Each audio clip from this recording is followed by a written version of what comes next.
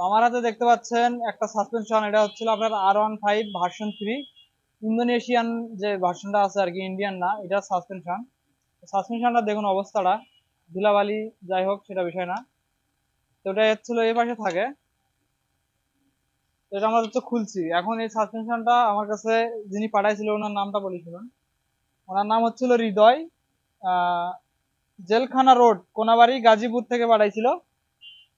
তো এটা হচ্ছিল ইন্দোনেশিয়ান R15 ভার্সন 3। এটা সমস্যা দেখুন, একদম সরসরা, কোনো প্রেশার বলতে কোনো কিছু নাই, কম প্রেশার তো নাই, কোনো কিছুই নাই, একদম এমনি যাচ্ছে এমনি আসতেছে, এমনি যাচ্ছে এমনি আসতেছে। তো যাই হোক, যে সমস্যায় থাকে এটা এটা আমরা হচ্ছিল একদম ওকে করে দিব, একদম ফুল কম্প্রেসার ধরে দিব।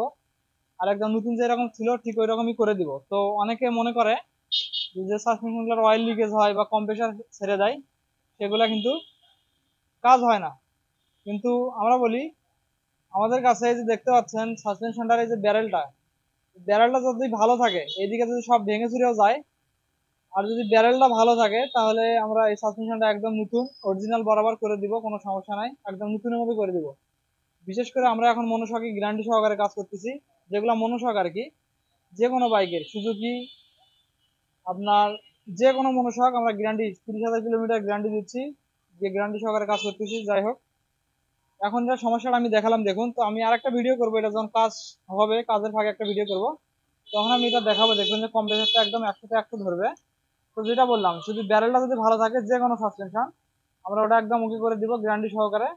আর যদি ব্যারেল স্পট থাকে, ব্যারেল যদি নষ্ট থাকে, সেক্ষেত্রে আমরা কাজ করার পরে দেখা যায় যে অয়েলটা চেক দেওয়ার সম্ভাবনা থাকে এবং থাকে না। যদি ব্যারেল ফ্রেশ থাকে, সেক্ষেত্রে 100% গ্যারান্টি সহকারে কাজ হবে, অয়েল চেক দিবে এবং কম্প্রেসারটাও দীর্ঘ সময় থাকবে।